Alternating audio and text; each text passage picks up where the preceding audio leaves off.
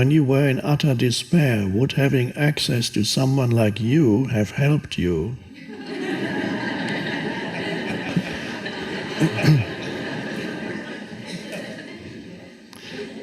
That's another interesting idea for a science fiction story of time traveling, where my 28-year-old self comes here and sits somewhere in the audience and listens. Now, would that have helped?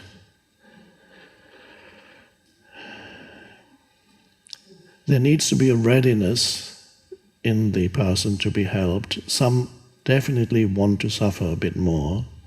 They would definitely refuse any kind. The openness would not be there. There were times at that time when people noticed around me that I was unhappy. There was a professor of the university. He was doing transcendental meditation, and he said to me, "You really should be doing meditation." And I said, "No, I don't want to do meditation. I lose all my motivation to work, and that's not what I want. I was a bit scared of meditation. It said it would transform me and make me completely ineffective, because I wanted to become an important intellectual.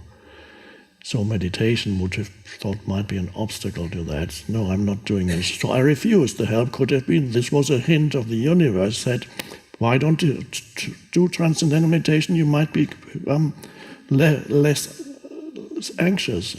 But I didn't do it. So perhaps if I had met myself, I would have said, "Who is this guy?" I don't know.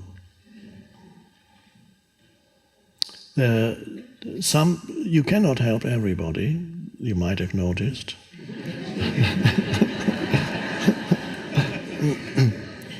And some humans need, and if there's no openness to be helped, it means they are happy with the spiritual teacher they already have, and his or her name is suffering.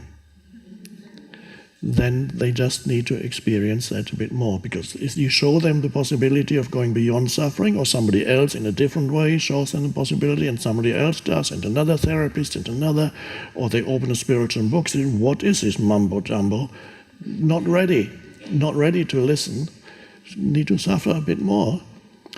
Suffering has a certain function in the evolution of consciousness. Let's say, if you were the omnipotent God, and you removed all human suffering right now, that's the end of the evolution of consciousness. Of course, you could, if you were totally omnipotent, you could say, "Let consciousness only express itself right now."